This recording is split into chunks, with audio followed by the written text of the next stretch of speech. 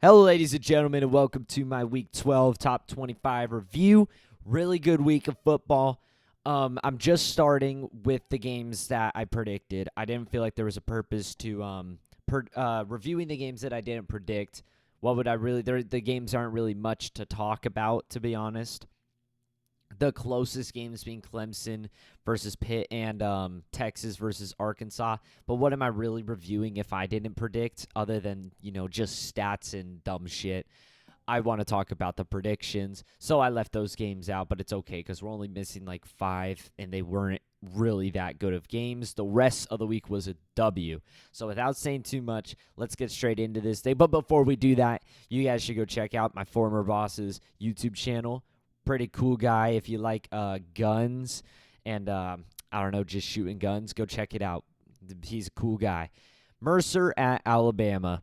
I thought Mercer would go in here, have this game bookmarked on their schedule. I expected them to play really good in this one, especially since they were 9-1 in FCS play, one of the higher ranked teams. I didn't expect them to win, but I expected them to scheme up some plans to score points and maybe get good defensive stops. I don't know, something from this team. So I gave them the benefit of the doubt. I said they at least cover the spread. They didn't. That's what happens when you turn the ball over 3 times against Alabama on the road. You can't afford to do that, so they got destroyed. Penn State at Purdue. Glad I finally hopped off of the Purdue hype train. There wasn't even a hype train to begin with. I was just walking on an empty railroad by myself. Nobody but me, myself, and I, in my own delusion. I'm finally happy I escaped that railroad because this team is terrible. They're like 1-9 now, just getting thrashed left and right. They're terrible. I don't know how they put up that performance against Illinois, but they are absolutely god-awful. Virginia at Notre Dame. Pretty good prediction here, although it's a little fraudulent. I said 14-45. It was 14-35.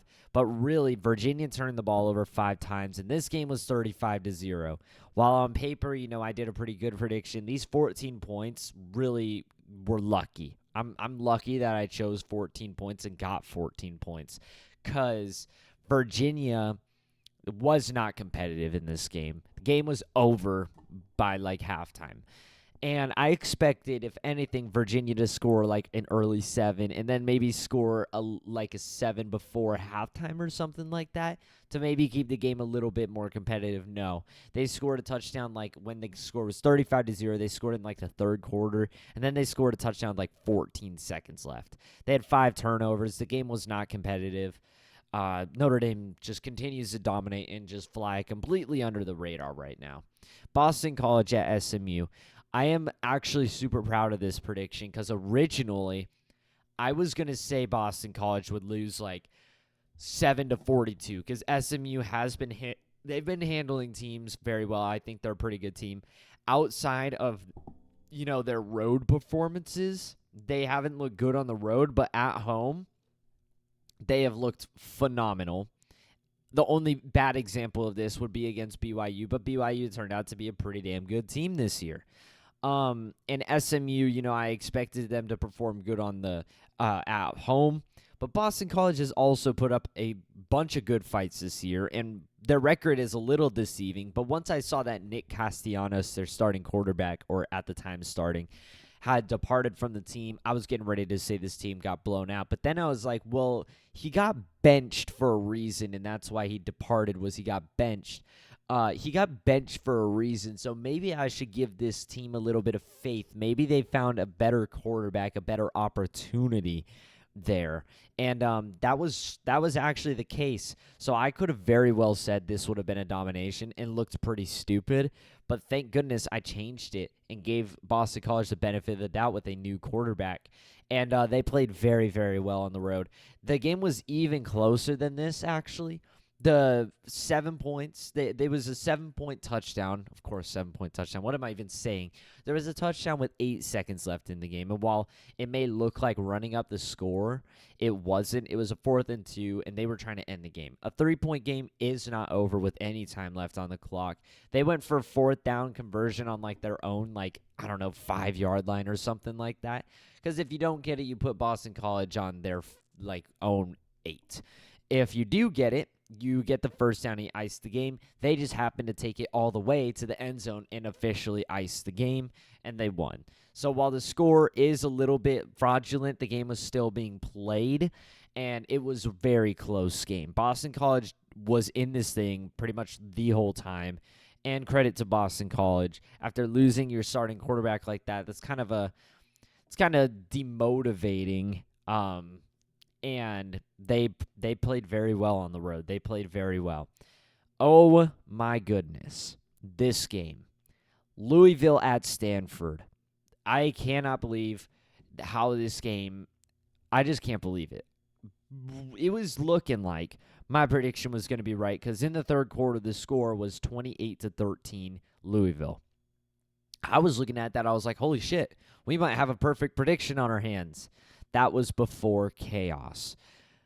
Then, after that, 28-13, Stanford proceeded to score a touchdown and a 2-point conversion. Louisville strikes back with a touchdown. You think, they're going to wrap this thing up. They've struggled on the road. They're going to wrap it up. No. Stanford, touchdown. Stanford with 45 seconds left in the game, touchdown. Not even with their starting quarterback. At least I don't think their starting quarterback. From Justin Lamson, maybe a trick play. I'm not sure. I'm not really sure because he only threw one pass. Maybe that is the backup quarterback for Stanford. It is. He threw one pass, and it was a 25-yard touchdown pass. And then I don't know if you guys saw the sequence that led to the final score. I don't know if you guys saw the sequence, but Louisville had the ball at their 50, at the 50-yard line. And they proceeded to throw the ball 4 times.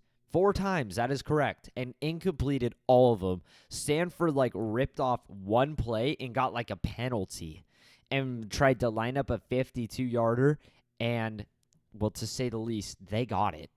I could not believe the situation that happened. Yeah, they got the ball at the Stanford 45, and it was a pass for 1 yard, and an unsportsmanlike conduct penalty pushed Stanford up to the Louisville 39. There was 4 seconds left on the clock when Stanford threw that 1 yard pass. The Louisville unsportsmanlike conduct pushed them to the Louisville 39. Oh, and then there was also an offsides penalty, which pushed them even closer. With 1 second left, all Louisville had to do was make the tackle and take it into OT to potentially win it. They absolutely blew it. This is just another poor performance by Louisville. The game was pretty even in yards. Louisville just failed 2 fourth-down conversions. Stanford converted all of theirs. But Louisville had 102 yards of penalties, which, is just unbelievable. And 20 of those came with 1 second left on the clock. Louisville just blew their season. I cannot believe that. I would hate to be a Louisville fan right now because they absolutely blew that. LSU at Florida. Little funny thing, if you guys remember, at the start of towards the start of the year, I was not an LSU fan. I thought this team was stupidly overrated. I just so happened to pick Ole Miss to be the team to dominate LSU and put them in their place. And that was just their one game that they prevailed. That was their one game that they looked good, and it put them right back up in the top 10. I proceeded to take Arkansas the very next week, and right when I changed my opinion about LSU, I picked A&M because I said I was going to pick A&M, but in the back of my mind, I wanted to pick LSU, and with that knowledge, I chose to just not really count that as a prediction because I already said I was picking A&M in the previous video, and I wanted to change it, but I didn't. But I knew in the back of my head I wanted to pick LSU, and then I picked LSU over Alabama, and then I picked LSU over Florida. And this was, I thought, granted, in my favor, I thought Florida was still stupidly injured and didn't really have a quarterback, but DJ Lagway was back for this game. Thank you, Hyrule, for telling me that. And, dude, LSU, talk about Notre Dame being the team that I couldn't predict this year, or Purdue, the two teams that just got the best of me multiple times. in reality, the team that got the best of me this year, or has gotten the best of me, was LSU. The only game that I properly predict LSU, the only game I properly predicted them was against South Carolina, and I was so blind in that game. I didn't know what South Carolina was about. I thought South Carolina was bad. I did not think they were good. I thought they were terrible. I thought LSU was going to kick the crap out of South Carolina, no problema. And I thought LSU, I mean, man, they have destroyed me all season long. And their biggest win on the season is going to go down as that win against Ole Miss. That looks like such an upset now, as well as their win on the road against South Carolina looks like such an upset because domination by A&M, domination by Bama, and quite frankly, domination by Florida. LSU has collapsed, like absolutely collapsed. They still have to play Vanderbilt. Now, I'm not going to say I'm going to take LSU again in that, most likely. I won't say any guarantees so I don't run into a situation like the A&M LSU game. But I'm most likely going to take LSU in that game just because it's at LSU. But you watch out. If they lose that game, that would be one of the biggest collapses I've ever seen from a football team. I'm not going to lie. Missouri has South Carolina. This game I was so pleased with, even though I wanted Missouri to get dominated in this game, and I said they would get dominated in this game. If there was one way I wanted this game to go, it would be how it went. And you know what? I'm perfectly fine with that because I have been talking so much shit about Missouri all year, and rightfully so. They have been trash. But if there was a game they were going to convince me that they were top 25 worthy, it is this performance. Now, they're still probably going to get kicked out of the top 25, but they're a 3-loss team with the opportunity to win out and go a 3-loss team. And they performed so much better in this game, like so much better. And what's even better was it was a road game that they performed like this. South Carolina is no easy task. They have shown that to LSU. They showed that to Alabama. Their only game that they really didn't look like competition was against Ole Miss. That was really just their worst game in which they turned the ball over endlessly, and they were really coming off of a difficult loss against LSU. And Ole Miss was playing very, very good at that time, and Ole Miss still is playing very good. They just dropped one to LSU in a major rivalry. Their only bad loss was against that Ole Miss game. Really, they are 3 and 2 points away from being a 1-loss football team right now, one of the best in the country. For Missouri to go on the road like this and compete as well as they did and barely lose it at the end, I'm very impressed with the way Missouri played. Mainly offensively, because defensively, Missouri, that's their strong point. They did not look too good defensively in this game. Like, if there's been any strong point this year for Missouri, it has been their defense. Their offense has really struggled to compete. And even then, their defense isn't like the best thing ever. It was just better than their offense. This game, it was the offense that was cooking for Missouri. Their running back had a great game. Brady Cook actually looked like a capable quarterback. And Missouri looked really good. But on the other side of things, the quarterback for South Carolina, Lenoris Sellers, I think that's how you pronounce it, had 353 yards and 5 touchdowns and just 1 interception. He threw 5 touchdowns. That is absurd. Now, South Carolina did have 80 more yards of offense, but we can say that probably came at the very end of the game. It looks like it did. It came at the very end of the game on their game-winning touchdown drive. And you just got to look at the performance offensively at the pretty much like towards the end of the game for both of these teams. Missouri, 4 plays, 66 yards, touchdown. South Carolina, 8 plays, 75 yards, touchdown. Missouri, 8 plays, 66 yards, touchdown. South Carolina, 6 plays, 70 yards, touchdown. Like, it was peak performance. And then, with 9 seconds left, Brady Cook got sacked. And then with 4 seconds left, Brady Cook got intercepted, which was Missouri's only normal turnover of the game. South Carolina did beat themselves down more than Missouri in this game, and the fact that they're still winning probably means they are just the better team here. They failed 3 of their 5 fourth-down conversions, as well as, they just had a regular turnover. Missouri, their only interception came at the end of the game, and they only failed one of their 2 fourth down conversions. So, which I don't even think they failed it. It might just be a missed field goal.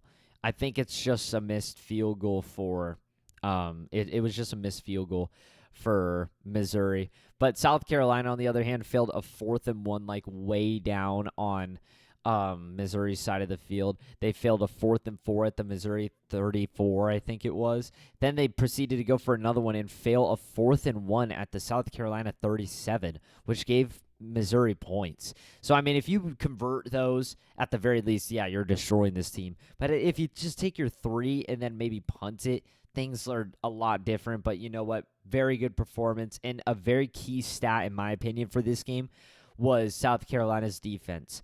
While South Carolina's defense did let up a lot of points, they let up 20 first downs, and that is just not good. 381 yards of offense, not impressive.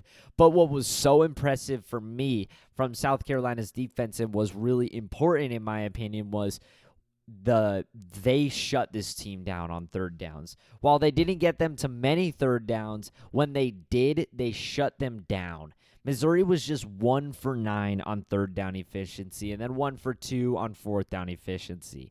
So 50% on fourth down efficiency. You could probably assume that the fourth down conversion for Missouri was probably a fairly short conversion. I could be wrong, though. It could have been like a super clutch, like 4th and 10 or something, which Missouri has. Missouri, honestly, has done a lot of those this season. They've had it. Oh, I found it. I found it. He threw, yeah, it was a super clutch one. Never mind. Brady Cook pass complete to Luther Bird in the third for 37 yards and a touchdown on 4th and 5. Ballsy. So their fourth down conversion was a big time let up by South Carolina, but still you got to look at South Carolina and how they held them 1 for 9 on third down efficiency. Pretty much if South Carolina was getting this team on a third down, they were going to get the ball back. The only time that didn't ring true was in the most heated point in the game. They let one up. But 1 for 9 third down efficiency, that is really, really solid performance by a defense, in my opinion. Even though these teams let up a lot of points and it doesn't look like there was much defense, you look at a stat like that, that's really, really impressive by a defense and a strong point for South Carolina. Just something I wanted to point out because that's really impressive to me. Boise State at San Jose State. I am literally praying on Boise State's downfall. I was hoping so bad that they lost this game. And San Jose State's just, they're not a good football team, but they could have beat this team. They just let it completely slip out of their hands. They were up 21-14 in the third quarter before they just let Boise State rip off touchdown after touchdown after touchdown after touchdown. And what's really funny is the San Jose State quarterback had a game. Aside from his 2 interceptions, one of them was a pick six to pretty much ice the game. 70-yard interception return, pretty much threw the game away. He was 34 for 50, 446 yards, and 3 touchdowns. The only problem with San Jose State is they couldn't run the ball. Their running game was hideous. And they could have won this game, but they're just not that good of a football team. Unfortunate for San Jose State, but I'm praying that Boise State loses another game. Because quite frankly, I don't think this team is number 13 anymore. This team is only here because of their quote-unquote quality loss. And as time goes on, that just gets more and more obvious to me. Oh, yeah, the game of the week. I'm not the game of the week, definitely not the game of the week, but the upset of the week. I believed in ASU, and a part of me wanted to take ASU, but I try to remain realistic because it's very easy to get ahead of yourself when you're talking about your own football team. Because I, for one, of any team in college football, the team I'm going to most definitely know the most about is ASU. I know so much about this team. I've watched almost every single ounce of their season. I know the ins and outs of this team. I can name players on defense that you don't even know exist. I can name players on their offense that you don't even know exist. I know the most about this football team than I would know about any other football team. So it's very easy for me to understand, to get optimistic about them and take them in upsets where they shouldn't be. Because Kansas State, I just don't know anything about them. I haven't really paid attention to their season at all. And just looking at it on paper, Kansas State got killed by uh,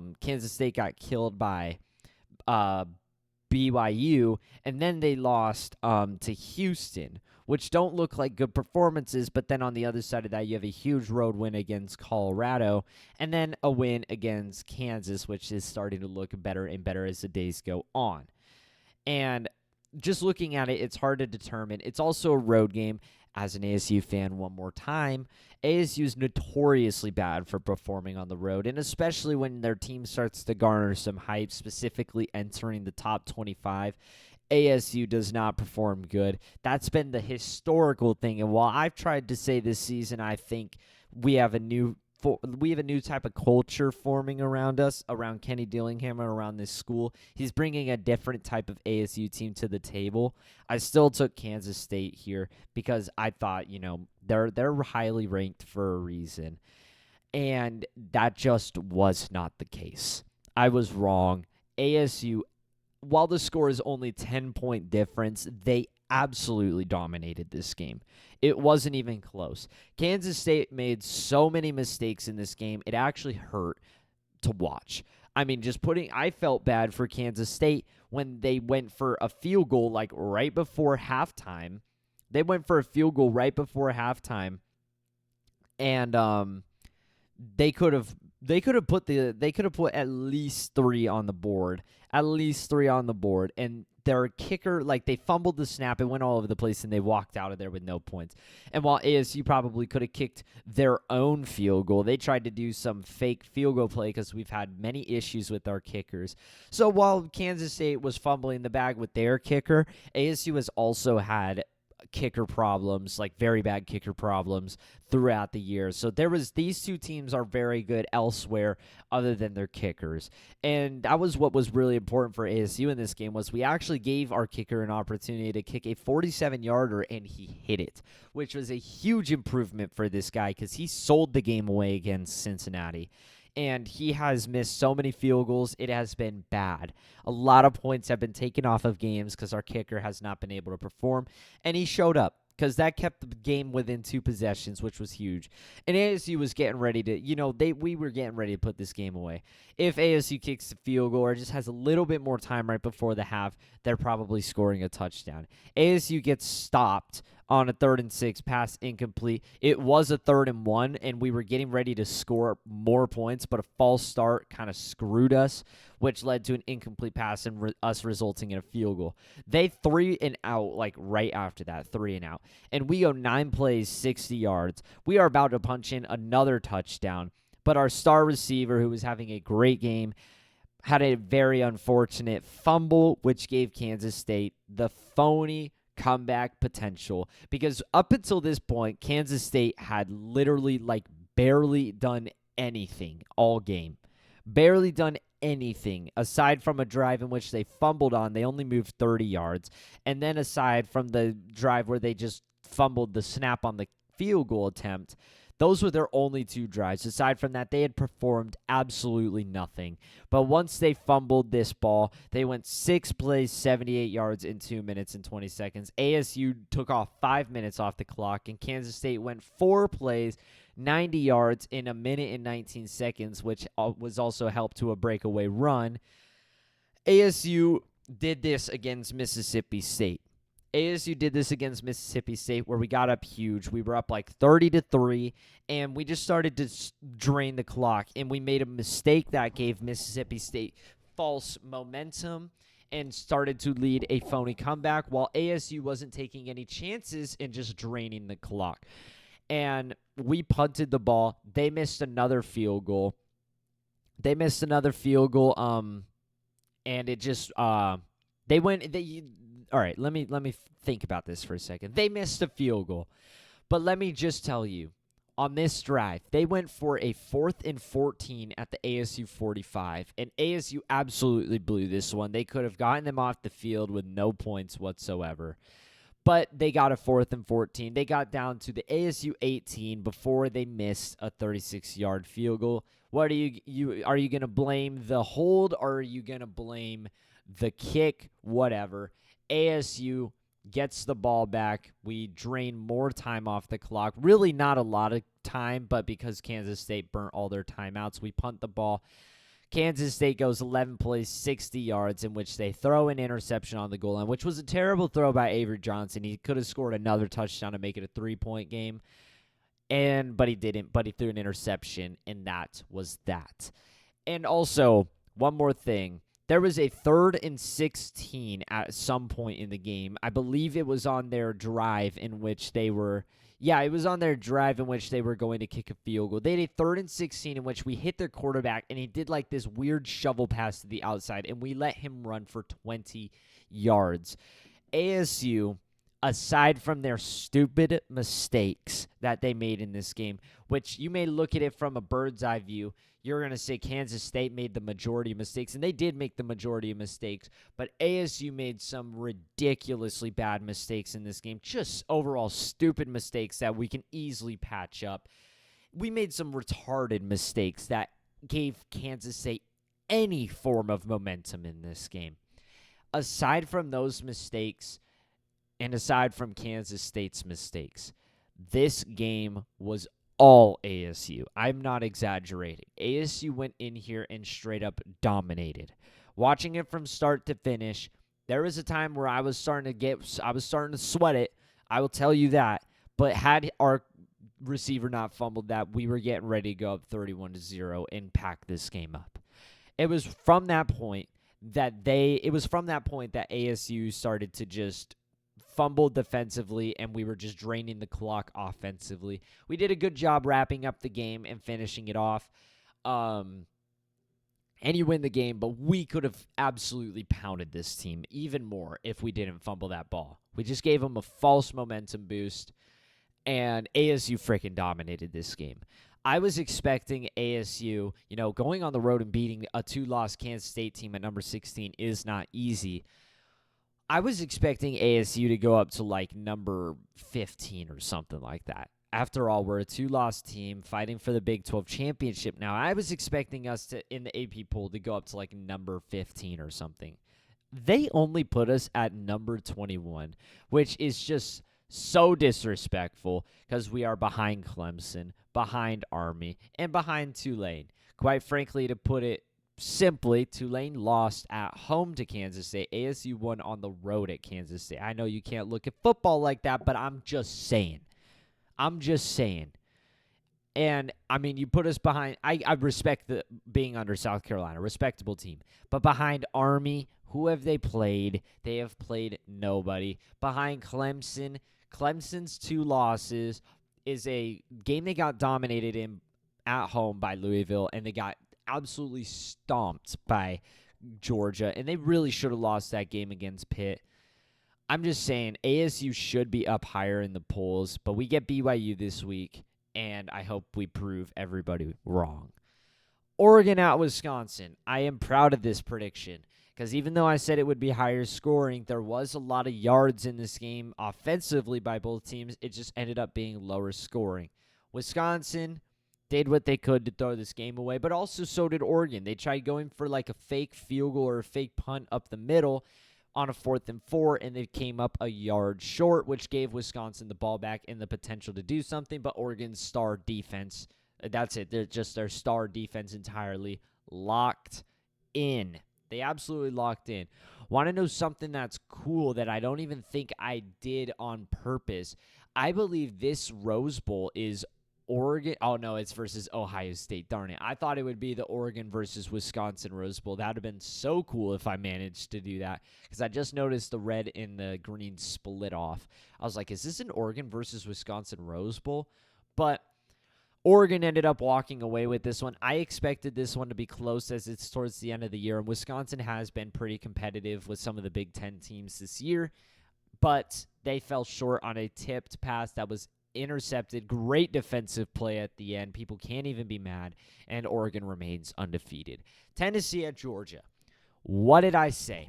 I may have predicted Tennessee to win, but that was because I said if Carson Beck continues to turn the ball over 3 times a game, he will not win games. Georgia will not win games. And I expected him to continue in the path he has taken all year, and I expected him to turn the ball over. and against one of the best defenses in the SEC, arguably the best defense in the SEC, probably up there fighting with Texas's defense. Tennessee, I expected them to get the turnovers. And Carson Beck dialed in. I said Tennessee would win because I expected them to get the turnovers. Carson Beck dialed in, and what did they do? They beat them in a huge game they needed to win. Not ideal for the college football playoff or any other conference, because now we just get a bunch more two-loss SEC teams. Georgia wins a big one. They win an important one. Tennessee honestly controlled their destiny. I bet you if Tennessee would have won this game on the road, they probably would get ranked at like number 2. I'm not even going to lie. Because there's no shot. If they beat Georgia on the road, they would go up above Texas. If they beat Georgia on the road, I believe they would have gone above probably Ohio State, because Ohio State lost to Oregon. It's kind of funny to see that Oregon's number 1 and Ohio State's number 2, and literally there is a 1-point difference that is separating the two right now. But aside from Texas, who's number 3 for some reason, I don't think they should be number 3. Aside from Texas, it is Big Ten, Big Ten, Big Ten, Big Ten, Notre Dame, and then just a whole heap and load of SEC teams. Let's finish up this video. This game happened. It exists. Congratulations, Texas A&M. Washington State, a prime example of why the fucking Mountain West is just so damn stupid. And just, I don't care if you're a one-loss team in the Mountain West.